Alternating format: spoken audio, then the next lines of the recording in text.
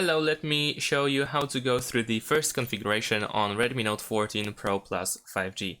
So once you turn on your device, you will see the Xiaomi Hyper OS text, and you can press this arrow in order to proceed. At first, you will need to select the language, so you can choose the language that you wish to use on your device. In my case, I'm gonna use English United States. You can also increase the text size by pressing this text here. So as you can see, we can make the text a little bit bigger if you find it more convenient. Once you are done, tap on this arrow over here on the right side at the bottom. Now you need to choose your region. So I'm gonna stick with my region over here, but of course you can scroll through the list in order to select your region. You can also use the search field and then enter the name of your region or your country. And you should be able to easily switch it if needed. And after that, of course, once again, tap on the arrow on the right side. There we go. Let's press next. We need to agree to user agreement and privacy policy. So tap on this circle over here and then once again, tap on the arrow. We have an option to immediately set up this device by using another one. So we can copy all settings, accounts, and other stuff from our old device. So if you wish to do that, then of course you have the choice between the Android device and iPhone or iPad. But at the same time, if you don't want to do that now, you can simply skip. So I'm gonna press skip. I don't want to do that here. And then we need to connect to a Wi-Fi network. So you will see the list of all available networks, Wi-Fi networks nearby. So if you are at home, then you want to select your network and then enter the password, and once you do that, press connect over here. Once you connect, you want to once again tap the arrow, and if for some reason you don't have access to Wi-Fi, then you can skip this process by pressing skip in the middle. So let's proceed.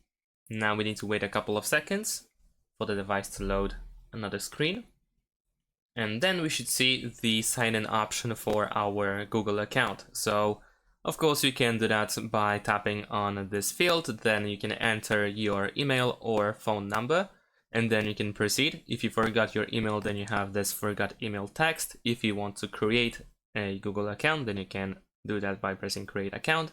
And if you want to skip this process, then you can press skip. I'm gonna actually sign in, so let's proceed. And of course, you will need to enter your password, and once you enter it, simply press next. Then you need to agree to Google Terms of Service, so press I agree. Now let's wait another couple of seconds. Then we have once again an option to copy some data from our old device. And if you want to, then of course you can proceed by pressing next.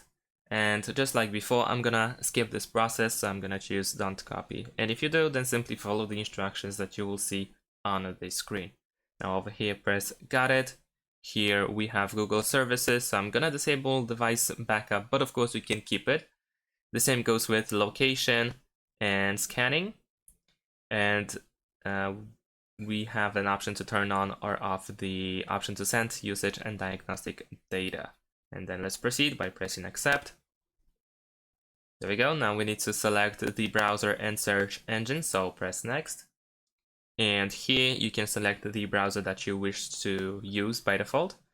Now, if you don't know which one to choose, then most of the time, the most popular options are either the MI browser, this is the default Xiaomi browser that we can get on our phone, or you can use Google Chrome. So I'm gonna stick with Google Chrome, but of course you can choose whichever you prefer, and then we can press set as default. And then we have a search engine, and here the most popular option is Google, so I'm gonna select Google as well and then press set as default. Over here we can set up the screen lock immediately in the process. So if you wish to do that, if you wish to set up the password pin code, or if you wish to draw the pattern, then you can choose only screen lock. If you prefer to also use the fingerprint sensor, then you can choose fingerprint, and if you wish to unlock with your face, then you can use face recognition by selecting face unlock. I'm gonna actually skip this process.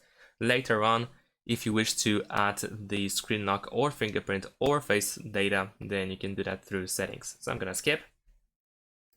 Now over here, we can continue setup. So let's press continue. Here we have Gemini information. So this is the assistant, the Google Assistant that has been switched pretty much. So nowadays we have Gemini instead of Google Assistant. So press continue. And now we can enable Hey Google voice command. So if you wish to do that, you can go through the setup by turning it on. So you can press turn on. If you don't want to be bothered with this right now, then you can press no thanks. And I'm gonna do that. Then we have Google Pay, where we can add our card and we can use our device to pay with it instead of using our card, of course. But once again, I'm gonna skip this process. Later on, you can add your credit card or debit card to the device by using the, for instance, Google Wallet app. Then over here, we have additional options, like we can add another email account, we can change the text size, we can change the wallpaper, and we can review additional apps. And I'm gonna actually skip this process because later on we will be probably asked to go through that again. So if you actually change your mind, then you still have settings if you wish to do some changes.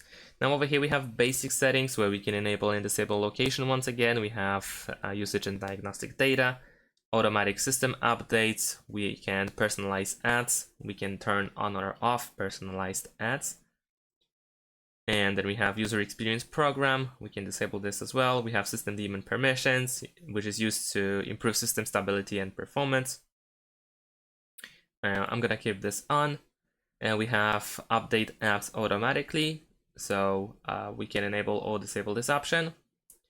And I'm gonna actually update automatically. Actually not, I'm gonna not update automatically. And then we have the Xiaomi interconnectivity. So if you have other Xiaomi devices, then you probably want to keep this on. And let's proceed. So let's press this arrow.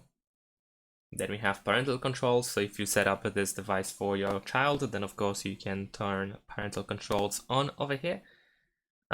This device is for myself, so I'm not gonna turn it on. So let's press the arrow again. Then we have the font settings where we can choose one of these two fonts. I'm gonna stick with default. Let's proceed. Then we can set up the lock screen. And here we have the wallpaper carousel, which changes the wallpaper on your lock screen every time you turn on the lock screen. So if you wish to have dynamic lock screen with different wallpapers every time you go to the lock screen, then of course you can turn it on and press agree. If not, you can skip this. And I'm gonna actually skip this. I'm not really a fan of this.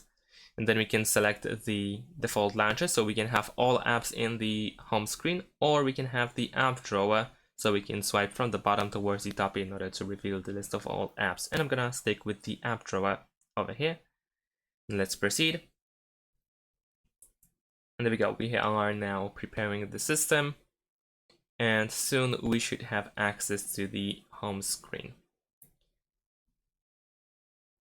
There we go. After like a minute or so, you should see the information that the setup is complete, and now you can press this arrow in order to go to the home screen.